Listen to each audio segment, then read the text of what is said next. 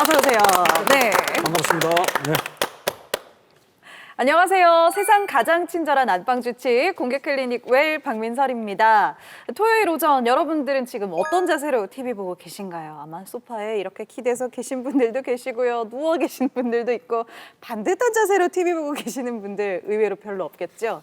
이렇게 우리 일상에서 의식 못한 잘못된 자세나 생활 습관 때문에 또 우리 허리 건강에 빨간불이 켜질 수 있습니다. 오늘 공개 클리닉 웰 현대인의 고질병이라고 말할 정도로 많은 분들이 고생하는 척추 질환에 대해서 자세히 알아보도록 할 텐데요. TV 함께 하시기 전에 자세도 좀 꼿꼿하게 펴시고요. 반듯하게 오늘 출발해 봅니다. 공개 클리닉 웰의 비타민 세 분 오늘도 함께합니다. 어서 오세요. 네, 반갑습니다. 네. 반갑습니다. 다들 괜히 또 자세를 한 번씩 네. 이렇게 고치게 되죠? 네. 네. 다들 뭐 워낙 자세가 오늘 또 꼿꼿하셔가지고 뭐 허리 문제는 다들 괜찮으실 것 같은데 어때요? 예, 저는 괜찮은데 네, 교수님. 최근에 사실은 우리 이렇게 운전하는 자동차, 제 차 좌석이 각도를 조절했어요. 그 전에 이렇게 좀 거만하게 운전하다가 허리가 좀 안 좋은 것 같아서 이렇게 세우고 연구실에 모니터도 조금 높였어요. 책을 받쳐서 그런 간단한 시술을 좀 했습니다. 네. 근데 그런 것도 쉽지가 않아요. 왜냐면 편한 걸 자꾸 찾게 되잖아요. 그렇죠. 운전해도 살짝 이렇게 운전을 하거든요, 저는. 그렇지, 그렇지. 근데 저는 살짝 이렇게 해요, 이렇게. 살짝. 왜요? 고마, 플렉스. 아니, 근데 저는 아직까지는 허리에 문제가 없는데 항상 저의 걱정거리가 있죠. 네. 네. 또 다른 그렇죠. 분신 남편. 네. 앉았다가 그대로 못 일어섭니다. 아이고. 그래요? 무릎 한번 펴고 허리 한번 이렇게 아이고. 들어서 3단으로다가 아이고. 3단 콤보로 일어서거든요. 제가 보기엔 병원 가야 될 것 같은데 아직도 버티고 있어요. 아니 소리 내지 않으세요? 아니 이렇게 하면서. 아니야. 뭔지 알겠죠? 이 소리는 네. 아니 행복해요. 저 같은 경우에는 무대에서 하이힐을 신으니까 맞아, 맞아요. 아무래도 신고 뛰어 그렇지. 다니니까 이제 조금 허리가 무리가 있는 것 같고 또 이제 급하게 돌아다니다 보면 교통사고도 간간히 이렇게 아이고. 나니까 이게 내 허리인가 싶기도 하고 그렇지. 가끔 그렇습니다. 그래서 오늘은 번호표를 제가 뽑고 네. 우리 선생님께 뭘 여쭤볼 게 좀 많아요. 제가 오늘은 패널 대신 환자로. 네네네 기다리겠습니다. 네. 근데 네. 실제로 그 통계를 봐도요, 우리나라 사람들 4명 중에 1명이 척추 질환을 가지고 있다고 합니다. 그럼 저희 4명 중에 1명이 또 허리가 안 좋다는 거잖아요. 좋네요, 실제로 좋네요. 통계가 있네요, 많네요. 있네요, 여기 네. 있네. 대체- 4명 중에 1명? 네. 네. 근거 있는 이야기예요? 아니, 통계가 나왔어요. 통계가 나왔대요. 아, 그래요? 통계에 따르면 네. according to 네. 그 공부 안 하고 뭐 하셨어요? 미안합니다. 네. 통계를 또 좋아하시지 않습니까? 통계는 과학입니다. 그렇습니다. 네. 알겠습니다. 실제로 또 이 4명 중에 저희도 한 명이 심각하네. 아프네요. 네, 네. 이만큼 많은 분들을 괴롭히는 이 척추 질환, 사실 종류도 다양하고요. 증상도 다양하고 그만큼 치료법도 다양한데요. 오늘은 그래서 이 척추 질환의 전문가 선생님을 모셨습니다. 신경외과 전문의 김훈 원장님 오늘 함께합니다. 어서 오세요. 네, 반갑습니다. 네, 반갑습니다. 척추 질환 하면은 뭐 정말 다양하게 생각나는 게요, 원장님. 일단 디스크 있고요. 네. 어렸을 때 저는 척추 측만증 학교에서 검사하잖아요. 이런 것도 생각나고 어떤 것들 또 있을까요? 네, 지금 말씀하신 거는 디스크 또 얘는 우리가 척추와 협착증이라고 하는 게 아주 대표적인 척추 질환인데 그 척추에 생기는 질환, 뭐 간단하게 말하면 몸 어디에 생기는 질환이든지 다 생길 수 있습니다. 척추예요? 네, 그렇습니다. 네. 척추 암이라든지 척추암? 종양, 네. 또 신경에도 암이나 네. 종양이 생길 수도 있고요. 또 우리 염증, 네. 뭐 이렇게 맹장염이나 이런 거 생기는 것처럼 염증도 생길 수가 어머머머. 있고요. 또 척추라는 것 자체가 뼈니까 이런 팔다리 이런데 골절이 되는 것처럼 척추 뼈 자체 금도 가고 골절이나 부러지기도 하고. 네. 그런 병도 생길 수가 있고요. 그런데 보통 우리가 이제 많이 또 듣고 접하고 이런 병들 중에서 대표적인 것은 디스크라고 네. 얘기하는데 네. 이제 우리나라 말로는 정확한 이제 진단명은 척추 추간반 탈출증이라고 얘기하는 겁니다. 또 척추관 협착증, 뭐 그냥 보통 이제 협착이라고 얘기를 하는데요. 이거는 두 가지 병이 이제 뭐 따로 떨어져 있는 것은 아니고요. 디스크라고 하는 것은 그 뼈하고 뼈 사이에 있는 디스크라고 하는 말랑말랑한 물질이 삐져나와서 신경을 누르는 그런 병이고 또 협착증이라고 하는 거는 그 신경이 지나가는 통로가 이제 좁아지면서 네. 신경을 누르는 거. 그래서 두 가지가 뭐 같이 있을 수도 있고요. 또 어느 하나가 주가 될 수도 있고요. 네. 그런데 공통점인 건 그 신경이 눌려서 증상이 나타난다는 겁니다. 그렇죠, 그렇죠. 근데 저는 궁금한 게 지금 척추 말씀하셨잖아요.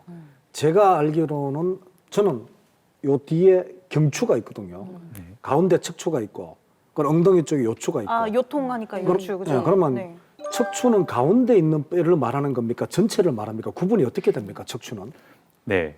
척추라고 하는 거는 이 목을 지탱하는 이 목뼈부터 시작해서 목뼈를 경추라고 하거든요. 네. 예. 목뼈가 총 7개가 있습니다. 네. 1번부터 7번 목뼈까지 7개의 목뼈가 있고요. 흉추, 가슴뼈라고 합니다. 그 아래에 12개가 있습니다. 12개. 12개의 가슴뼈가 있고 요추, 허리뼈입니다. 이 허리뼈는 또 1번부터 5번까지 5개가 있고요. 그리고 이 뼈와 뼈 사이를 완충작용을 하면서 관절 역할을 해주는 것이 그 사이에 있는 디스크입니다. 그래서 이 총 7개, 12개, 5개의 뼈와 그리고 또 이제 아래쪽으로 내려가면은 우리가 보통 엉치뼈, 꼬리뼈라고 하죠. 네, 네. 이걸 통틀어서 그걸 다 척추라고 얘기를 합니다. 아, 그렇습니까? 척추 저는 안에 이게 척추. 포함이 되는 거구나. 저는 척추는 이 네. 가운데 허리줄만 척추고 네. 나머지는 아닌 줄 알았는데 전체가 다 척추다, 그죠? 네, 그렇습니다. 교수님도 그렇네. 모르는 게 있었다니 놀랍습니다. 근데 저도 한번 이렇게 허리하고 등하고 불편해서 고생한 적이 있었어요. 근데 그때 저는 이 소위 말하는 척추나 골격에 이상이 있는 건지 아니면 양쪽에 이렇게 불룩한 근육이 있잖아요. 근육이 이상이 있어서 몸이 아프고 불편한지 그걸 몰랐거든요. 그러면 이제 척추에 이상이 있는 거하고 척추 주변에 근육에 이상이 있는 거하고 증상이 좀 다를 수 있지 않습니까? 네, 그렇습니다. 뭐 예전에 이제 아프셨던 경험이 있으셔서 그런지 굉장히 잘 알고 계시는데요. 우리가 이제 일반적인 근육통이라고 하면은요, 예. 척추 주변에 이제 근육통들이 생기게 되면은 그 근육통들은 보통은 한 2주에서 3주 정도 되면은 뭐 우리가 진통제 먹든지 아니면 물리치료하든지 이러면 이제 좋아지는 게 대부분이거든요. 예. 근데 이제 2, 3주 이상 통증이 계속되는 거, 뭐 더 좋아지지 않고 나빠진다든지 그러면은 그건 좀 검사를 해보시는 게 좋고요. 네. 그리고 이제 대표적으로 말씀드릴 겁니다. 목이든 또 이제 허리든 우리가 디스크라든지 협착이든지 뭐가 있어. 아까 제가 말씀드린 증상이 나타나는 건 신경이 눌려서 나타난다 그랬잖아요. 네, 예. 신경이 눌리게 되면은 목이 아프다. 목에 이상이 있으면 목이 아픈 게 아니라 목에서부터 내려가는 이제 팔 쪽으로 내려가는 신경이 눌리기 때문에 팔이 아픕니다. 그래서 이제 보통 그렇습니까? 우리가 방사통이라고 얘기를 하거든요. 네. 예. 그래서 그게 목에서 허리가 신경을- 아픈데도 다리가 그렇죠. 저리는 거랑 똑같은 거죠. 그렇습니다. 아. 네. 허리가 아프면 다리 쪽으로 증상이 나는 거, 이렇게 다리가 이렇게 땡기고 아프고 이런 것들을 또 방사통이라고 얘기하는데 이러한 그러니까 허리나 목 자체가 아픈 것보다도 팔 쪽으로 땡기고 아프다든지 저리다든지 아니면 아주 심하게는 뭐 마비가 오고 힘이 빠진다든지 네. 아주 심한 경우는 그렇게 신경이 마비가 돼서 그렇게 되는 경우들도 있거든요. 그렇게 되면은 그거는 꼭 빨리 진단을 받아보셔야 됩니다. 그래서 네. 제가 보통 환자분들 오시면은 이제 그냥 허리만 아프세요? 아니면은 다리나 팔이나 뭐 이런 쪽으로 이게 아프세요? 같이 내려오는 그렇구나. 통증이 예. 있나요? 이렇게 물어봅니다. 예, 아니 예. 우리가 막 엄마들 이렇게 팔 저래 팔 네네. 저래 이러면서 이렇게 막 치우고 그러시잖아요. 네. 그게 척추가 아프다고 생각을 못 하거든요. 네, 보통 이제 네. 저리고 막 이럴 때 네, 이렇게 네. 혈액순환이 안 돼서 저리는 네, 거야. 그렇죠, 그렇죠. 이거 네. 옛날에 맞아, 어떤 맞아. 광고 때문에 그렇습니다. 아니, 네, 혈액순환이 안 네네. 돼서 그렇다 네. 이렇게 얘기를 네. 하는데 네. 이게 혈액순환 뭐 물론 관계 없다고 얘기할 수도 없겠지만은 신경이 눌려서 저린 경우가 많습니다. 그렇네. 네. 우리 왜 잠 잘못 자면 목에 담 한번 심하게 걸리잖아요. 네. 이럴 때 목 디스크 아니야? 나 거북목인데 그게 담 걸린 거네요. 그러니까 팔이 아픈 게 아니면 웬만하면. 그게 이제 네. 지금 말씀드린 대로 목만 아프다 그러면은 네네. 그게 이제 일반적으로 한 2, 3일 정도 특히 젊으신 분들 같은 경우는 약 진통제는 먹고 물리치료 받고 그러면은 한 2, 3일 정도 지나면 그쵸, 괜찮아지거든요. 그렇게 되면 크게 걱정하실 거 없습니다.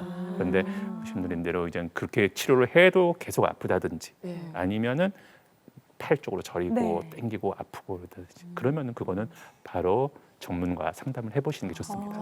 근데 보통 요즘 지금 겨울철 되면 엄마들이 특히 손이 막 저리다 하시고 그리고 막 뼈마디가 시리다 하시고 이러시는데 특히 겨울철에 우리가 조금 조심해야 되는 그런 척추 질환 같은 게 있을까요? 네. 요새 또 겨울철이고 또 요새 또 이제 그 코로나 때문에요. 네. 우리가 또 이제 활동이 좀 줄어들게 그렇죠. 되니까 네. 우리가 보통 활동이 줄어들게 되면 이제 근육량도 줄어들게 되고 맞아요. 또 힘이 떨어지게 됩니다. 그러다 보면은 이제 척추를 지지하는 거는 아까도 말씀드린 뼈가 있고 또 디스크도 있지만 그 주위에 있는 인대나 근육도 이 척추를 지지하고 버티는데 중요한 작용을 하는데 이러한 것들이 안 움직이면 약해지거든요. 그런 상태에서 갑자기 움직이게 되면은 디스크나 이런 것들이 더 잘 생길 수가 있고요. 아, 또 그렇구나. 특히 지금 말씀하신 대로 추운 겨울철이 되면은 이제 아무래도 좀 미끄러운 곳이 많아지죠. 그 미끄러운 곳에서 이제 특히 우리 어르신들 연세 있으신 분들께서는 걷고 이러다가 잘못해서 넘어지고 미끄러지고 넘어지고 그러면은 압박골절이라고 해가지고 뼈 자체가 이렇게 금이 간다든지 부러지는 이런 경우들이 생깁니다. 이렇게 허리가 아프고 막 이런 사람들이 병원에 가려고 해도 이게 치료법이 워낙 다양하니까 내가 어떤 치료를 받아야 되는지 굉장히 고민스럽더라고요. 맞아. 이 허리의 통증에 대한 건 어떤 치료법들이 있어요? 네. 허리 이제 아파서 이렇게 치료를 받으실 때 여러 가지 치료법들이 지금 말씀한 대로 많습니다. 근데 아까 말씀드렸다시피 허리는 또 척추는 뭐 때문에 증상이 생긴다 그랬죠? 신경이 눌려서 네. 생기죠. 신경이 눌려서 생기기 때문에 죄송합니다. 죄송해요. 계속 질문만 하시다 얼굴이 보면 이제 좀 휘둥거리네요. 긴장을 안 하신 것 같아가지고 제가 다시 한 네. 번만 물어봐 주시면 안 될까요? 시작. 다시 할까요? 네. 네. 네.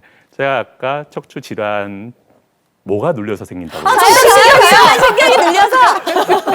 어쨌거나 이제 신경이 눌리는 원리는 신경이 눌리는 겁니다. 근데 신경이 눌려서 이런 증상들이 생기는데 그 증상은 여러 가지로 나타나거든요. 아까도 말씀드렸다시피 뭐 허리에서 신경이 눌릴 때 뭐 허리도 아프고 또 엉치도 아플 수 있지만은 다리 쪽으로 이게 뭐 다리가 앞쪽이든 옆쪽이든 뒤쪽이든 땡기고 아픈 그런 방사통이 있을 수도 있고 저림증이 있을 수도 있고요. 또 아주 심한 경우에는 이런 마비가 있을 수도 있고요. 그래서 이러한 증상이나 그런 또 이제 신경학적 검사를 했을 때 나타나는 이런 거에 따라서 그 치료 방법이 다 달라지게 됩니다. 그래서 보통 이제 그 치료를 척추는 단계적 치료라고 얘기를 합니다. 뭐 단계적 계단식 치료. 치료라고 얘기를 하고요. 제일 처음에는 아까 말씀드린 대로 그냥 일반적인 뭐 진통제나 근육 이완제나 물리치료나 이런 그 보존적인 치료를 시작하는 것이죠.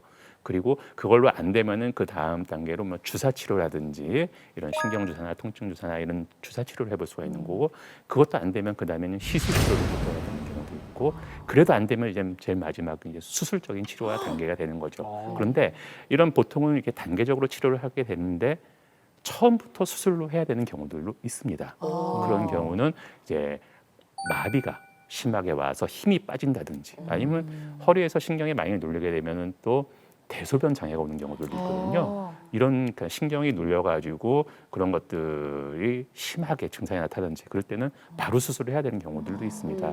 그렇기 때문에 그거를 일반인들이 이렇게 판단을 하기는 쉽지가 않죠. 그래서 그런 증상들이 있을 때는 꼭 전문가와 상의를 해가지고 치료 방법을 적절한 치료 방법을 결정을 해야 되겠죠. 그 원장님 우리 어깨나 이렇게 고관절 이렇게 보면 인공관절을 끼워 넣기도 하잖아요. 요즘 뭐 치아도 임플란트가 있고 그럼 디스크도 뭐 인공 뭐 디스크나 인공 척추나 이런 게 있습니까?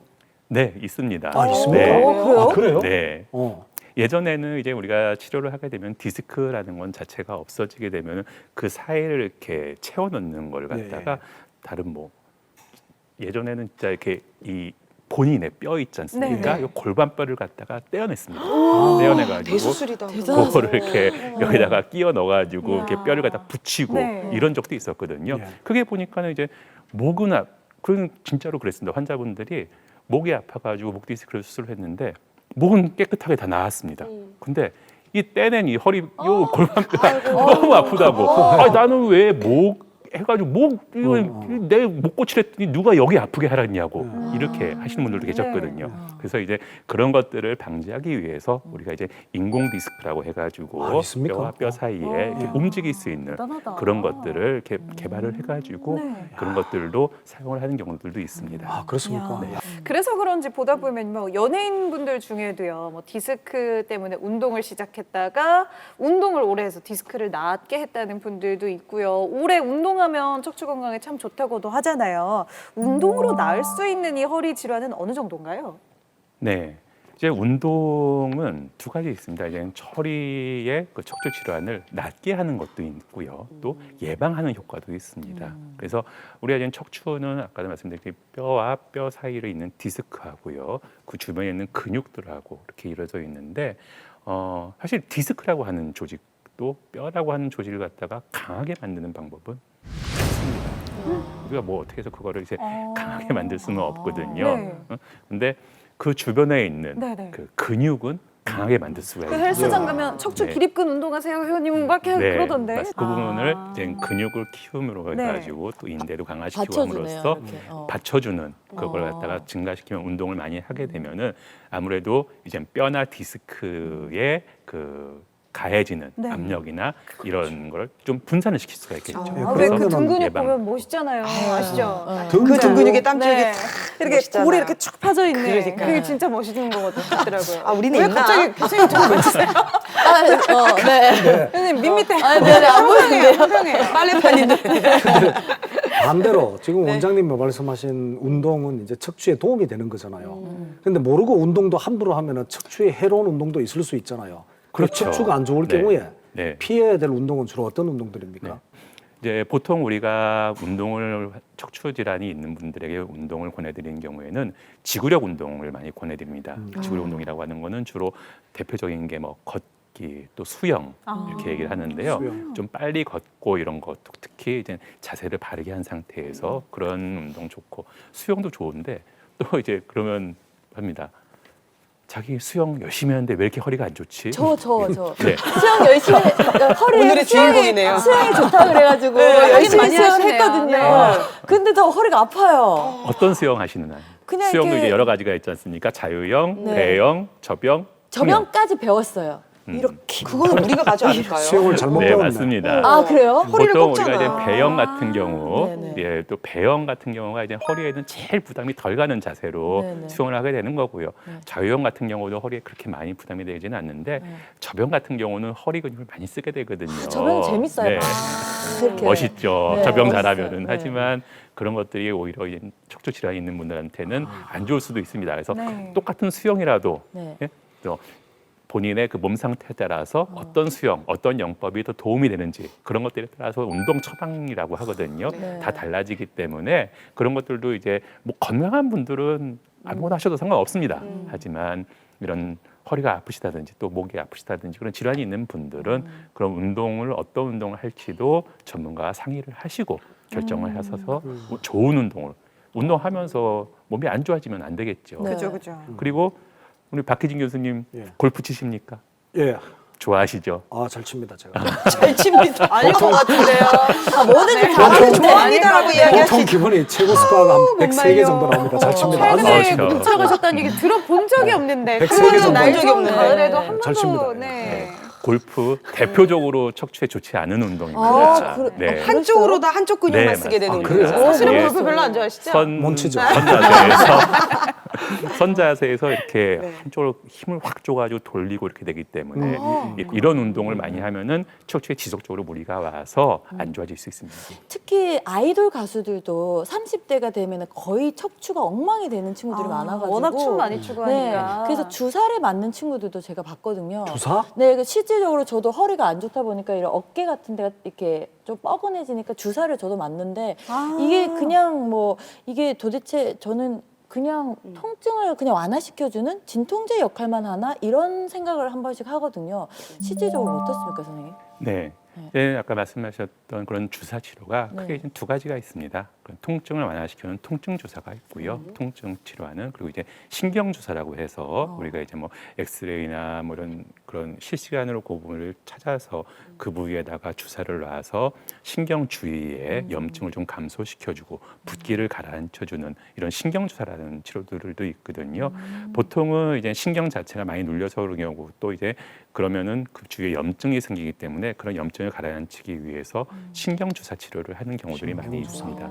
통증 주사는 주로 아까 있은 근육통이나 이런 거 그런 경우에 하는 경우가 많고요. 근데 이런 신경 주사를 해가지고 그런 신경 붓기를 가라앉혀서 일시적으로 이런 통증을 호전시킬 수는 있는데 그런 치료가 물론 그런 치료에서 나아지면 괜찮죠. 근데 그 치료는 뭐 디스크라든지 협착이 있다고 했을 때 디스크 자체를 치료하든지 아니면 협착 자체를 제거하는 이런 근본적인 치료는 아닙니다. 이건 증상을 완화시키는 치료인 거죠. 근데 그 치료 방법도 물론 효과가 있습니다. 그래서 그렇게 해서 나아지면은 되는 거고요. 그렇게 안 되면은 그 다음 단계로 넘어가는 게 맞죠. 다음 단계로 네. 넘어가야 될 것 같은데. 아니 근데 이게 근본적인 치료는 못 된다고 해도 이 통증만 줄여줘도 맞아, 사람이 좀 맞아. 살겠잖아요. 맞아, 일상생활을 맞아. 좀 영위하는데 네. 주사 치료를 이왕 할 거라면 어떻게 좀 더 제대로 효과적으로 효과를 크게 볼 수 있는 방법이 있을까요? 네. 저희가 지금 보통 이렇게 주사 치료나 이런 걸 결정을 하고 그럴 때 또 이제 치료 방법을 결정할 때 지금 검사를 많이 하게 되는데요. 제일 처음으로 오시게 되면 뼈 검사, 엑스레이 검사를 하게 되죠. 처음에는 아주 통증이 심하지 않다든지 하면은 그 엑스레이 검사만 가지고도 어느 부위에 문제가 있을 것 같으니까 거기를 먼저 치료해 봅시다 하면서 그 부분에 주사 치료를 할 수가 있거든요. 하지만 정확한 거는 정밀 검사, 뭐 CT라든지 MRI라든지 이런 검사를 해서 정확하게 어느 부위에 신경이 문제가 있는 건지를 확인을 하고 그 부위에 정확하게 우리가 뭐 불난 곳이 지금 이쪽인데 이쪽에다 암만 물 뿌려봐야 소용없지 않습니까? 네네. 그러나 마찬가지로 허리도 마찬가지 아까 말씀드렸듯이 5개가 있고 그 관절도 5개가 있기 때문에 어느 부위에 신경을 눌리고 어느 부위에 치료를 할지를 정확하게 해서 정확한 곳에 치료하는 것이 제일 좋습니다. 네, 이렇게 말씀 들어본 것처럼 운동으로 좋아지는 경우도 있고요. 또 주사 치료가 잘 듣는 경우도 있습니다. 그냥 두고 병을 키우지 마시고요. 제때에 맞춰서 적합한 치료를 받아보시는 게 중요하겠죠. 척추 질환에 대한 오해와 상식을 바로잡아보는 시간입니다. 카더라 통신에 울고 웃는 카더남과 인터넷 세상을 맹신하는 검색녀의 OX OX 극장. 극장. 제가 진짜 정말 평소에 건강한데 딱 한 번 척추 MRI를 찍어본 적이 있어요. MRI? 왜? 운동하다가 윗몸 일으키기를 하다가 딱 했는데 이렇게 몸이 삐끗해가지고 움직일 수가 없어요. 울면서 병원 간 적이 있었어요. 디스크가 살짝 나와서 신경을 눌렀더라고요. 네. 운동하다가도 그렇게 갑작스럽게 되는 척추가 이 목뼈 포함된다고 하셨잖아요. 저는 척추 뭐 허리 있잖아요. 딱 한 번 고생해봤어요. 딱 한 번 고생했는데 교수님은 뭐 때문에 그러셨어요? 제가 군대에 있을 때 좀 특수부대에 있었기 때문에 실제로 활주로를 빗자루로 이렇게 쓰는 청소를 담당했었어요. 정말 힘든 일을 하셨어요. 그렇죠. 지금은 그게 기계가 활주로가 아닌데. 얼마나 넓어요. 네, 낙엽이라도 떨어져 봐. 이렇게 빗자루로 쓸다가 삐끗했는데 네.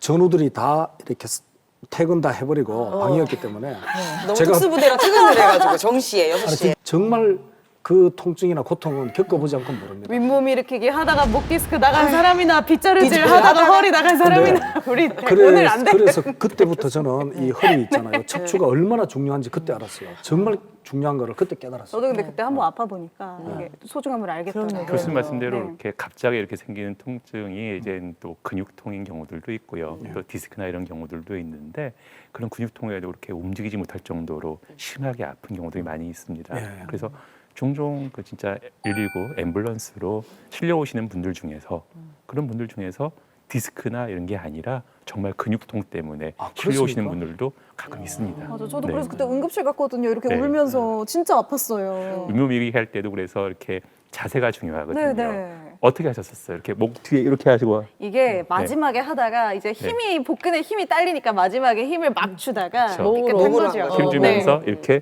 팔로 당기게 되니까 배는 안 이 움직이는데 목이 목만 올라가는 거예요. 네, 그렇게 되죠. 배는 이제 안 더 이상 움직여. 힘들 복근이 없으니까 목만 힘들어가지고. 그래서 윗몸 이렇게 하실 때도 네. 이렇게 목 뒤에 이렇게 팔깍지 껴서 하지 마시고 네. 이렇게 팔을 앞으로 한 상태에서 맞아요. 이렇게 아, 하라고 그렇겠다. 보통 얘기합니다. 맞아요. 그래야지 이제 목에 무리가 안 가거든요. 네, 알려주셔서 감사합니다. 이제 진짜 본격적인 퀴즈로 그럼 들어가 보도록 할게요. 네, 원장님 첫 번째 문제 주시죠. 네. 네, 첫 번째 문제 나갑니다. 자, 척추 질환은 유전이다. 척추 질환은 유전이다. 유전이다? 유전입니다. 왜요? 왜요? 저는 X. 유전입니다. 왜? 저는 X. 유전이에요. 아니 이유를 이유 말씀해 얘기 설득을 시켜주세요. 당연히 태어날 때부터 척추가 튼튼한 사람이 있고 약한 사람도 있을 겁니다. 그래서 대개 척추 질환의 시작은 유전적인 요인이 크고 그 가족력과 유전적인 요인이 있는 분들은 특별히 조심을 해야 되겠죠. 분명히 유전적인 원인이 있습니다. 야, 근데 유전적인 소인이 발병에 영향을 미치는 것은 맞지만 비율이 반이 안 된대요. 굳이 그럴 따지면 것 같아요. 40% 정도? 40%예요. 왜냐면 아니 40% 이거 50%도 안 된다는 거는 네. 아니야. 제가 보기에는 왜냐면 요즘에 부모님은 정말 키도 크고 걷고 이렇게 자세도 좋으신데 아이들이 게임한다고 거북목돼 있고 그러니까. 잠자는 버릇도 나빠져 있고 공부하는 습관 이거 자세도 안 좋아가지고 척추 질환이나 이런 것들은 제가 보기엔 생활 습관이라 거나 맞아. 밀접한 연관이 네. 있을 것 같아요. 연관이 있죠. 아니, 성인병 같은 경우는 그래요, 식습관이라 유전일 수도 있지 입맛은 또 이렇게 그렇죠, 가족이 그렇죠. 함께 식사를 하니까. 근데 이건 왠지 척추질환은 유전은 아닌 것 같아요. 아니 개인차인 것 같아. 저는요, 개인차. 저는 도대체 척추는 어떻게 생겼길래 우리가 편한 자세만 하면 불편한 자꾸 아픈 겁니까? 맞아. 우리 마음은 너무 편하잖아. 이러고 마음은 있으면 편한데 척추가 불편한 거예요. 이게 그러니까. 왜 그런 걸까요? 건강 운전도 이렇게 하는데. 그래서 저는 이게 유전이 아닌 것 같고 아까 찬이 언니께서 말씀하셨듯이 그냥 본인의 그 자세, 자세요. 그렇지, 그렇지. 자세가 문제인 것 같아요. 유전이에요. 유전입니다. 근데 생각해보면 시력도 부모님을 좀 닮죠. 당연하죠. 그리고 그 이렇게 주변에 보면은 원래 우리 집은 대대로 좀 뼈가 치아가 약해 하는 분들 당연하지. 대대로 임플란트 하죠. 그렇죠. 어떻게 보면 좀 많은 것들이 유전이랑 관련이 있는 것 같긴 한데 유전이에요. 그래도 생활 습관이 좀 괜찮으면 어느 정도 극복할 수 있지 않을까. 유전이에요. 네. 유전이에요. 아예 없진 않지만 유전인 경우가 있지만 그렇게 네. 크진 않을 것 같아요. 아무리 척추가 유전이에요, 튼튼해도 유전. 하루 종일 이러고 컴퓨터를 하면 아, 못 당하지, 못 당하지. 그죠? 네. 유전이라니까 정말. 네, 이제 그만 싸우시고요. 네. 네, 선생님. 네. 감사합니다. 제가 왜 그만하시라 그랬냐면은 아주 정확한 답을 말씀하신 분이 계셔가지고 누구? 네. 백찬희 선생님께서 뭐라고? 제일 정답이에요? 정확한 말씀을 그럼 정답은 하셨습니다. X인가요? 정답은 유전은 아니다입니다. 예. 오늘 좀 똑똑해 보이네 무슨 내가. 얘기했지? 무슨 얘기했지? 몰라. 기억이 안 나. 돌아서면 기억이 안 나. 예, 말씀하시는 중에 정답을 제일 정확한 정답을 오. 말씀을 하셨거든요. 그래서 우리가 보통 이제 척추 질환이 있는 특히나 또 이제 젊은 사람들이 척추 질환이 있어서 보호자분들이 어머니나 뭐 아버지와 같이 오시면은 내가 이런 게 있어가지고 그 유전돼서 애가 이렇게 아픈 거 안 좋은 거 아니냐 이렇게 자책을 하시는 분들이 계시거든요. 부모님 마음이 또 네. 그렇겠네요. 유전적 소인이 없다고 말할 수는 없지만 그 이후에 후생적인 생활 습관이나 이런 것들이 더 많이 작용을 하게 되고요. 또 지금 아까 박혜진 교수님께서 말씀하셨던 것도 또 맞는 말씀입니다. 그런 뭐 가족력까지, 그러니까 우리의 뭐 생활 습관이나 이런 것까지도 유전이라고 얘기를 한다 그러면은 그건 또 맞는 말이 되겠죠. 그 아까 예를 들어서 치아 말씀하셨는데. 네네네. 어떤 분들은 치아가 튼튼하게 났는데 어떤 분들은 또 튼튼하지 않고 가족력 때문에 뭐 가족력에. 치아보험 같은 거 든든하게 드신 분들 많더라고요. 뭐 물론 가족력도 있겠지만은요. 이제 그게 유전이라고 보기보다는 자 엄마가 하루에 꼭 밥 먹고 이빨을 치아를 양치를 꼭 3번 하고 자기 전에 1번 하고 이렇게 꼭 양치질을 잘합니다. 그러면 애도 똑같이 하겠죠. 그래 보고 배우는. 네, 생활 보고 배우는 습관. 겁니다. 네, 답은 유전적 소인이 없다고 할 수는 없지만 그럼 그보다 이거- 더 중요한 거는 더 중요한 건 네. 생활 습관이 더 되겠습니다. 중요한 건 습관이다. 아무리 척추가 튼튼하게 타고나도 이러고 있으면은 그죠? 어떻게 이렇게 안 돼. 평소 생활 습관인가요? 예예예. 네, 알겠습니다. 두 번째 문제 주시죠. 네, 수술을 한번 받으면 시술은 할 수 없다. 수술을 한번 X요. 근데 막 쌍꺼풀도 하고 또 하고 할 수 있지 수가 X예요. 이게 너무 대대적인 수술을 했기 때문에 좀 어려울 것 이 같은데. 수술과 시술의 기준이요. 그러면 원장님 수술은 이렇게 우리가 흔히 생각하는 이렇게 칼을 째가지고 열어가지고 하는 거고 시술은 주사 같은 거고 이런 건가요? 네, 이제 수술이라고 하는 것은 결국은 이제 몸에 칼을 댄다 네. 이런 얘기를 하잖아요. 그래서 우리가 보통 이제 그런 아까 말씀하셨던 건 나사못이나 이런 것처럼 뭐 허리에 고정을 한다든지 오. 아니면 디스크를 잘라낸다든지 네. 오. 이러한 수술을 했을 때 그런 분들은 이제 한 번 수술하면은 영원히 수술을 해야 되느냐 아니면은 그러니까 이런 거나 비슷하다고 얘기할 수 있겠죠. 예를 들어서 이제 그 여성분들이 네. 아기 이제 출산을 하실 때 제왕절개로 수술을 하면은 그래서 예를 들면은 둘째 생각 있으면 그러면- 웬만하면 제왕절개 하지 말라고 뭐 그런 얘기 2번까지는 가능하지만 네. 3번은 안 되거든 제가. 네네.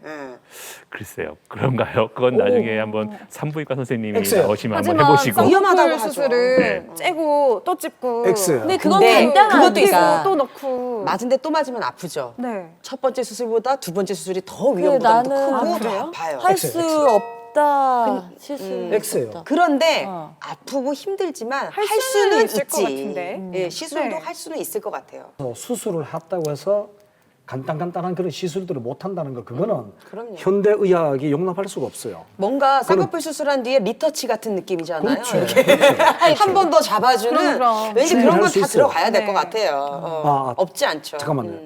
제가 볼 때는 수술을 하고 난 뒤에 시술은 반드시 뒤따라야 됩니다. 몇 차례에 걸쳐서 시술들이 반복 있어야 수술의 완성도와 효과를 높일 수 있습니다. 그래서 필히 시술을 있어야 됩니다. 에이, 근데 수술 저는 한 번은 X를 되지 드긴 않을까? 한데 네. 솔직히 말해서 수술하고 나서 저는 시술하는 건 너무 억울한 것 같아요. 정답을 네. 표시해야 되겠네. 정답을. 네, 정답은요? 정답을. 뭐 제가 필 것도 없이 모든 분이 다 맞추셔가지고 네. 저희가 맞춘 맞춘 건 거죠? 다행인데요. 교수님의 어리둥절한데? 이 말씀이 맞는 건가요? 네, 거의 정답입니다. 아, 진짜요? 네, 그렇다고 해서 와. 네, 수술을 했다고 해서 시술이 꼭 동반돼야 되는 것은 아닙니다. 그러니까. 수술해서 깨끗이 다 나았고 괜찮아졌다 그러면 그쵸, 그때 그쵸. 시술은 필요 없죠. 맞아요. 그런데 제가 말씀드렸던 이 질문을 드린 거는 이제 왜 그러냐면 환자분들이 그런 말씀을 많이 하시거든요. 본인이 이제 뭐 한 10년 전에 수술을 받았는데 나 수술 받았는데 그 후에 시술로도 나을 수 있냐 이렇게 물어보시는 환자분들이 계시거든요. 그러니까 수술하고 나서 바로 그때 얘기를 하는 게 아니라 뭐 한 5년, 10년 정도 지나서 또 재발을 했다든지 아니면 다른 부위가 안 좋아졌다든지 이랬을 때도 수술 말고 시술로 가능하느냐 이걸 물어보시는 더 이상 분들이 수술하기 많으시거든요. 싫다라는 그렇죠. 거죠. 그동안 너무 부담스럽다. 고생을 했기 때문에. 그치, 맞아요. 네. 부담스럽죠, 한 번 네. 더 하는 거는. 아니 근데 네, 선생님 훨씬 수술을 부담스럽네요. 하고 나서 좀 시간이 지나서 다시 또 디스크 수술을 하는 경우도 있어요? 네, 많이 있습니다. 이런 많아요, 재발이 그런 건가요? 이제 그게 저희가 아이고. 제일 문제인데요. 오. 아까 말씀하신 대로 이제 수술했는데 또 수술하면 억울하죠. 네, 네. 억울한데 제가 이제 보통 그럴 때 많이 비교를 하는 게 맹장하고 많이 비교를 하게 됩니다. 우리가 이제 맹장염 수술을 하게 되면 맹장이란 자체를 빼버리죠. 네, 없어지죠. 그럼 이제 맹장염 수술 받으신 분이 다시 맹장염 걸릴 일이 있을까요? 없죠, 없죠. 없습니다. 평생 이제 맹장이라는 게 없어지는 거니까 평생 맹장염에 다시 걸릴 일은 없는 거죠. 하지만 척추라고 하는 것은 우리가 그러면 척추에 뭐 한 5번 허리뼈에 문제가 있다. 5번 허리뼈 빼냅니까? 없애버립니까? 그렇죠. 못 빼죠. 그렇지 않거든요. 네. 아까 말씀드린 대로 이제 신경이 눌리는 거 그거를 이렇게 완화시켜주고 뭐 고정을 하든지 어떻게 하든지 해서 신경이 눌린 걸 피워주는 이런 거거든요. 그러니까 그 부위는 그대로 있는 겁니다. 그렇기 때문에 얼마든지 그 수술 받았던 부위, 그 부위에 다시 문제가 올 수도 있는 거고요. 또 그 위 아래쪽 이런 데에도 얼마든지 또 문제가 생길 수가 있는 겁니다. 아니, 이거 빼고 바꿔서 끼우는 건 안 돼요. 요즘 의학으로는 안 되나요? 아직까지는 그렇게는 안 됩니다. 마지막 문제 가보도록 하겠습니다. 마지막 문제 주시죠. 이 디스크 파열은 외상이 없이도 생긴다. 오, 근데 네. 이제 저도 그렇고 외부적인 자극이 있었고 검색을 해봐도 퇴행하면서 약해진 디스크의 층에 외상이 촉매가 돼서 결국 파열이 되는 경우가 대부분이다. 그러니까 결국 아무리 물이 끓어도 99도까지는 안 끓듯이 그 1도가 더해지려면 결국 외상이 있어야 되는 거겠죠. 아니에요. 그냥 안에서 터지는 설득력 있어요. 설득력 있어가지고 바꾸려고 했는데. 아니에요. 저는 그래서 X 갑니다. 네. 왜요? 그 우리가 여기서 외상이라고 하는 거는 주로 네. 교통사고라든가 미끄럼, 뭐 떨어졌다든가 낙상 이런 외부적인 어떤 충격과 상처를 받아야 디스크가 생긴다는 거잖아요. 근데 제 친구들은 그런 거 없이 그냥 책상에서 공부만 하고 모드만 치고 논문만 보고 모니터만 봐도 디스크가 오거든요. 그래서 굳이 그런 외부적인 충격이나 그런 사고가 아니어도 옵니다. 아니, 그런데- 저도. 네, 맞아요. 네. 그런데 네. 원래 디스크가 조금 있어도 참고 살았던 분들이 있겠죠. 맞아요. 그런 분들은 이런 외상을 입으면은 증폭돼서 심해지겠죠. 근데 외상 없이도 디스크는 옵니다. 교수님 오늘 맞아요, 좀 맞아요. 멋있어요. 지금 맞는 이 말인데. 순간, 지금 네. 이 순간 아니, 멋있네요. 제가 아는 분도 교통사고를 당해서 병원에 가서 허리가 아프니까 이게 외상 때문에 생긴 거 아니냐고 물어봤더니 그게 아니라 그냥 퇴행성 디스크라고. 네네. 그거예요. 노화로 인한 네. 거네요. 네. 오, 잠깐만. 그러면 이거- 아니 그래도 망가질 수 있는 또 파열까지 되나? 파열이 될 수도 그럴 있지. 수도 있죠. 약해져서. 약해지니까. 네. 원장님 정답은요? 정답은 외상이 없어도 뭐 파열될 수 상식이죠, 있다. 상식. 이게 진짜 노화 때문에 이야. 그럴 수도 있는 거예요? 네. 아까 이제 박미선 씨가 말씀하신 것도 네. 또 맞아요. 아, 그래요? 그것도 맞는데 이제 아까도 이렇게 지금 이렇게 뭘 이렇게 탁 안 그래도 이렇게 살랑살랑 이렇게 그러니까 안 좋은 물이 상태에서 끓을락말락 할때 이제 물 이렇게 조금, 그죠? 탁 하는, 그러니까 그거 똑같죠. 이렇게 교통사고나 꼭 이런 게 아니라도 이제 우리가 허리를 갖다가 이렇게 앉아 있는 상태에서 잘못된 자세로 계속 있고 이런 것들 그런 것도 계속 지속적인 이 허리에는 무리를 주게 되는 것이거든요. 그런 상태에서 어떤 잘못된 조금만 잘못이 되더라도 이렇게 확 삐져 나오는 경우들이 있습니다. 그래서 그렇죠. 보통 뭐 본인 다친 적 없는데 나 진짜 다친 적 없는데 자고 일어났는데 갑자기 다리가 아프다. 아. 이래서 오신 분들이 계시거든요. 우와. 샤워를 하는데 갑자기 다리가 땡기고 아프다. 못 움직이겠다. 이런 분들도 많이 있었습니다. 제 옆에 환자분들 중에서. 그렇기 때문에 이런 어떤 원인이든지 간에 디스크는 꼭 외상이 아니더라도 생길 수가 있고요. 특히 또 젊은 분들은 외상으로 인해서 생기는 경우들이 많이 있습니다. 하지만 또 연세가 있으신 분들 중에서는 외상이 아니더라도 생기는 경우들이 많이 있습니다. 그 문제는 그러면 지금 디스크 계속 오는 여기 중심 디스크잖아요. 그러면 이 디스크가 우리 무릎이나 이런 데 들어있는 물렁뼈하고는 좀 다릅니까? 네, 지금 뭐 좋은 이렇게 질문을 해주셨는데요. 이제 물렁뼈나 이런 것들은 우리가 일반적으로 이제 턱 관절이라든지 예. 이런 많이 움직이는 이런 예. 손가락 관절이라든지 이런데 연골이라고 하죠. 하지만 이 디스크라고 하는 거는 그런 연골이나 이런 거랑은 조직 성분이 다릅니다. 디스크는 이제 우리가 두 가지로 이루어져 있는데 섬유류린이라고 해가지고요. 예. 이렇게 제가 보통 이제 그러니까 비유를 할 때 호빵 많이 비유합니다. 호빵. 호빵. 네. 예. 호빵 보면은 이제 겉에 이렇게 하얗게 호빵 그 네네. 밀가루로 된 네네네. 거 있고요. 그 안에 뭐 그 단팥 들어 있죠. 네네. 예.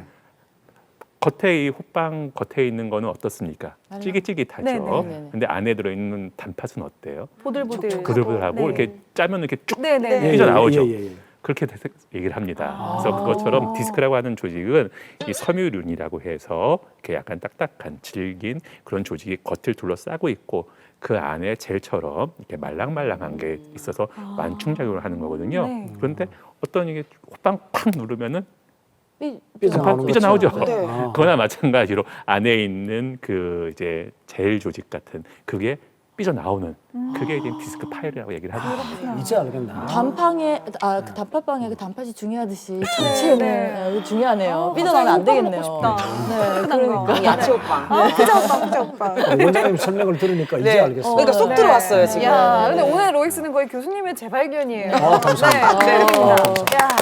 감사합니다. 연륜이 만들어낸 네, 감사합니다. 그럼요. 저희가 아까 주사 치료 이야기까지 들어봤잖아요. 이외에도 어떤 시술이 있는지 궁금한데요. 네. 이제 주사 치료 가지고 안 되면은 이제 그 다음 단계로 제가 시술 치료를 한다고 네, 말씀을 네. 드렸는데요. 대표적인 시술 치료는 우리가 이제 신경 성형술이라고 하는 치료가 있고요. 또 뭐 풍선 확장술이라고 하는 치료도 있고 고주파 수액 감압술이라고 하는 치료도 있고 그런 이제 환자분의 상태에 따라서 그런 시술도 여러 가지 시술 방법이 있습니다.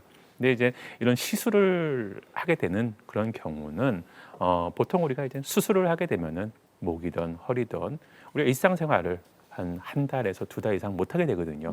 허리 수술 받으신 분들 보시면 아시겠지만은 네. 뭐 일상생활을 잘 일어나지도 못하시고 네. 또 이제 회사나 이런 데도 쉬셔야 되고 그런 거에 비해서 이런 시술 치료는 이렇게 이제 바로 그날 당일날도 가능하고 이런 장점이 있고 이런 통증을 급성 통증이나 이런 것들을 완화시켜주고 신경을 풀어주고 또 염증을 제거해주면은 어느 정도 호전이 되고 또 그런 다음에 운동이나 이런 걸 하게 되고 그러면은 많이 호전이 되는 경우들이 있거든요. 그래서 대표적인 시술 방법으로는 신경 성형술이라고 해서 꼬리뼈 쪽으로 들어가가지고 신경을 풀어주는 그런 방법이 있고요. 또 고주파 수액 감압술이라고 해가지고 디스크 자체에다가 고주파를 가지고 압력을 줄여주는 이런 시술 방법들도 있고 그런 환자분들의 어떤 상태에 따라서 이런 시술 방법도 다 달라지게 됩니다. 근데 선생님, 제가 요즘에는 예전에는 막 그 허리 수술하셨다 하면 막 뒤에 이렇게 칼 자국 있으시고 목욕탕 가보면 꼬맨 자국 있잖아요. 맞아. 근데 요즘은 이렇게 뭐 내시경 같은 걸로 해서 그런 맞아, 수술 맞아요. 자국이 네. 티가 안 나더라고요. 근데 이거에 또 장단점이 있을 것 같거든요. 이렇게 권하시는 수술 방법이 있으실 것 같은데. 지금 말씀하신 이제 내시경 수술이라고 하는 게 뭐 이제 요새 이제 각광을 받고 있는 수술 방법인데요. 왜 그러냐면은 이제 그런 거 생각해 보시면 됩니다. 예전에는 우리가 뭐 맹장 수술 같은 간단한 수술을 한다 그래도 어떻게 했습니까?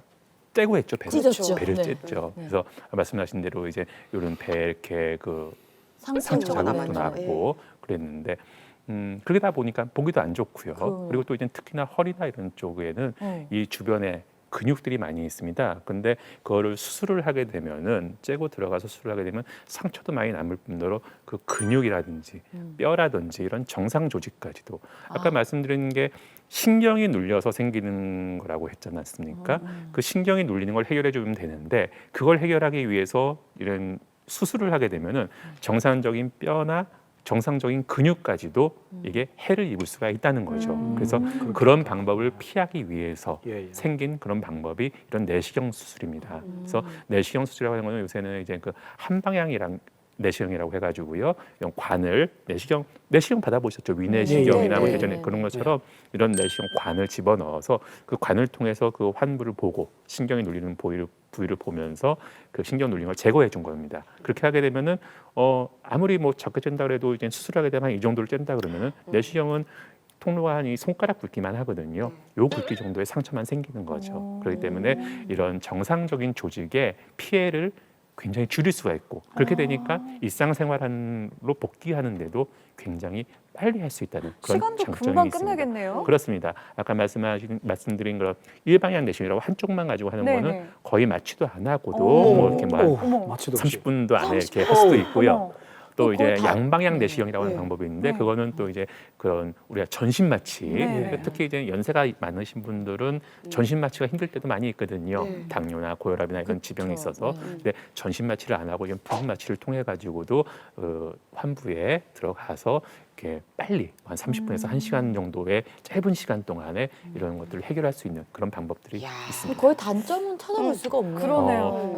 좋은 방법인데요. 네. 근데 이제 단점이라고 한다면 이제 그게 지금 말씀드렸다시피 내시경을 통해서 하기 때문에 그 한 부위 또 이제 뭐 한 두 부위 정도 이 정도는 금방 할 수가 있는데 이게 전체적인 문제가 있을 때 그럴 때는 안 척추에 되겠다. 예. 그럴 때는 이거를 어쩔 수 없이 전체적으로 다 보고 해야 되는 거가 있고요. 또 이제 내시경이라고 하는 거는 어쨌든 사람이 눈으로 보고 하는 것보다는 직접 보고 하는 것보다는 시야가 적어지게 되겠죠. 그래서 이제 우리가 정말로 이렇게 다 확실하게 눈으로 봐서 하는 것보다는 어느 정도 범위가 적을 수 있다는 그런 단점은 있습니다. 근데 그게 어떤 방법이 됐든 내시경이든 그런 예전에 그런 우리가 고식적인 수술이라고 하거든요.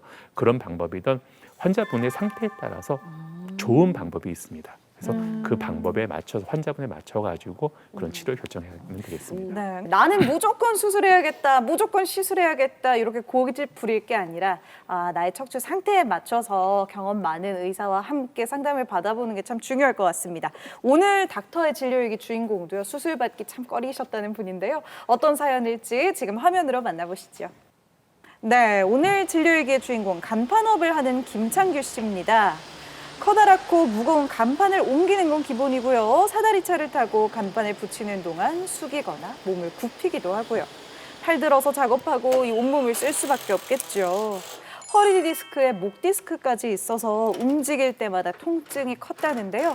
통증이 시작된 지 20대 25년 이제 전이랍니다. 군대 입대해가지고 훈련 도중에 이제 산에서 굴러 떨어졌어요. 그때 당시에 추간판 탈출증이라 그래서 디스크가 이제 수액이 터져서 튀어나왔다고 그 당시에는 제가 수술을 안 했어요. 안 하고 물리치료를 하면서 제대를 해서 사회생활을 하면서 이 간판 일을 시작을 하면서 이제 몸을 많이 쓰니까 다리가 아프고 뭐 저리고 하는 것들이 일상적으로 이제 생활하면서 계속 지속이 됐기 때문에 그 통증을 크게 느끼지는 않았거든요. 이게 이제 만성이 됐기 때문에. 그러니까. 근데 최근에는 무리하고 나면 이제 못 일어날 정도로 하루 이틀 정도 이제 집에 누워 있어야 될 정도로 이제 무리가 가니까 생활이 힘들더라고요. 일상생활이 이렇게 힘들 정도로 통증이 크셨나 봐요. 네, 이 환자분 같은 경우에는 이제 대학병원에서 수술을 권유받으셨었거든요. 네. 일상생활이 힘드실 정도로. 그러니까 움직이고 이런 게 무거운 걸 드시는 거 이러다 보니까는 목, 어깨 또 허리 전부 다 아프고 팔까지도 땡기고 아파서 일하기도 이렇게 힘드셨겠어요. 예, 막 두드리고 또 이렇게 지금 화면처럼 이렇게 힘들어하시네. 걷다가 쉬었다 가야 되고 아이고. 이런 경우가 있었습니다. 일상생활이 많이 힘드셨죠. 너무 근데도 젊으신데. 이렇게 치료를 오래 미루셨는데 이유가 좀 있었을 것 같아요. 궁금하네요. 그 수술을 하게 되면 이제 젊었을 때는 모르는데 나이가 들면 그 부분에 뭐 수액이 빠져나가서 뭐 협착이 된다는 등 여러 가지 뭐 안 좋은 얘기들을 많이 들었어요. 젊으니까 웬만하면 수술하지 말고 버티라. 그래서 뭐 지금까지 저런 이야기 많이 버텼는데 했죠. 그 이제 생활이 힘든 정도가 되니까 숙이고 앉고 일어나고 심지어 제일 힘든 게 이제 잠을 못 자는 게 제일 힘들어요. 그렇죠. 한 통증이 자세로 있으니까. 계속 있으니까 자면서 저림이나 통증이 계속 오는 거예요. 자면서 주무르고 두드리고 계속 이제 통증이 있으니까 몸을 엎치락 뒤치락 하고 그러니까 숙면을 못 취하는 거죠. 계속 자다 깨고 계속 되는 거예요. 아, 수술보다는 시술적인 부분이 더 효과가 있다는 추천을 받아서 제가 한번 도전을 했죠. 큰 용기를 내신 거네요. 네, 지금 이제 목도 지금 사진에 상했던 목, 허리가 다 이제 여러 군데가 신경이 눌려 있었는데요. 그렇다 보니까 이제 혈액순환이 잘 안 돼가지고 지금 사진에 보면 왼쪽이 시술 전이고 오른쪽이 시술 후인데 파란 게 이제 온도가 낮아서 이렇게 나타나는 거거든요. 이야, 네, 그렇구나. 이런 식으로 혈액순환이 되는 혈액순환도 잘 안 되고 이렇게 되는데 이 시술 후에는 혈액순환이 잘 되는 걸 확인할 수 있었습니다. 체온 변화까지 가네요. 이제 시술 받으신 지 1년이 다 되어 간다는데요. 그동안 왜 미뤘나 싶으시대요. 작업하는데도 문제가 없다고 합니다. 제가 오후에 시술을 했는데 그날 밤부터 바로 이제 자면서 통증을 못 느끼니까 어머나. 진작하시죠. 너무 편하게 잤고 그러니까 항상 몸에 전기가 흐르는 듯한 느낌을 가지고 있다가 그런 게 없으니까 너무 신기하더라고요. 그래서 뭐 잘 유지해야겠다. 아프다가 안 아픈 걸 아니까 무거운 짐을 들고 있다가 내렸을 때 그 가벼움을 알기 때문에 다시 앉으려고 노력을 하는 거예요. 그런 노력이 필요하다고 생각해요. 그래서 주위 사람들한테 일단은 참지 말고 그래. 뭐 시술이라는 방법을 생각을 해봐라. 시간적으로도 그렇고 금전적으로 그렇고 전 훨씬 이득인 것 같아요. 제가 아파서 일을 못하는 날이 더 많았기 때문에 치료를 결심하기까지 긴 시간이 걸렸지만 이제는 주변에 적극적으로 치료를 권한다는 김창규 씨. 앞으로도 관리 잘하셔서 더 이상 아프지 마시고요. 활기찬 생활하시기를 바라겠습니다. 너무 다행이다. 그래, 맞아. 꼭 이런 거 있어요. 특히 또 젊었을 때부터 아프신 분이라서 허리에 젊었을 때 칼 대는 거 아니다. 맞아요. 이런 얘기 참 많이 들으셨을 것 같은데 요즘은 보니까 이런 내시경 수술도 방법이 있고요. 수술이 꼭 필요한 경우도 사진을 보니까 있을 것 같네요. 수술이 꼭 필요한 경우 이런 경우는요 이제 마비가 있다든지 신경 마비 그래서 신경이 많이 심하게 눌리게 되면은 운동신경이라고 해서 우리가 손이라든지 아니면 팔 또 다리 발가락 이런 데를 움직이는 신경이 마비가 되는 경우가 있습니다. 이렇게 되는 경우에 있어서는 이게 지속이 되게 되면은 마비가 돌아오지 않는 경우가 있습니다. 신경이 만약에 죽어서 그렇게 되기 전에 빨리 수술을 해서 이런 것들을 해줘야 되고요. 또 대소변 장애나 이런 것들이 있다든지 그래서 이런 신경학적 증상이 심하게 나타나서 이게 돌이킬 수 없게 되기 전에 이런 치료를 빨리 해야 되는 경우들도 있습니다. 그래서 네. 그런 판단을 잘 해서 치료 방법을 결정해야 되겠죠. 자, 이번에는요. 척추 질환에서 벗어나고 또 건강한 생활을 하기 위한 오늘의 한 줄 처방전을 만나볼 시간이죠. 오늘의 한 줄 처방전 공개합니다. 오늘 한 줄 처방전 보시죠. 도끼로? 사과를 깎지 도끼로 말자? 사과를 깎지 말자. 이게 무슨 말이죠? 도끼로 사과 깎는 사람이 솔직히 어디 있습니까? 근데 원장님. 네, 그런 사람 없죠. 네. 네. 그러면 반대로 그러면은 과도로 나무 깎는 사람이 있을까요? 아, 없죠. 그렇죠. 손이 면도칼로 나갈 사과 것 깎는 같아요. 사람 없듯이. 네. 그렇습니다. 이제 아까도 말씀드렸다시피 치료 방법은 그런 증상이나 뭐 이런 여러 가지에 따라서 다 달라지게 됩니다. 우리가 만병통치약이 없듯이 척추, 허리든 목이든 척추 치료에도 어떤 방법이 무조건 좋은 그 방법은 없는 겁니다. 그래서 사과를 깎을 때는 과도로 깎아야 되겠죠. 그럼요. 면도할 때는 면도날로 해야 되겠고 나무 벨 때는 도끼로 해야 되겠고요. 그래서 그 각각의 상황에 맞는 그런 제일 좋은 방법을 가지고 치료를 하는 것이 맞습니다. 그래서 항상 전문가와 상담을 하셔가지고 본인에게 가장 좋은 제일 적당한 이런 치료 방법을 잘 선택하셔서 이런 건강한 정말 슬기로운 척추 생활을 하시는 것이 좋겠습니다. 그러게요. 사과는 맞습니다. 과도로 네. 깎고 나무는 도끼로 깎아야죠. 네, 깎는 정말. 게 배워야죠. 네, 맞는 치료 방법 찾는 게 무엇보다 중요할 것 같습니다.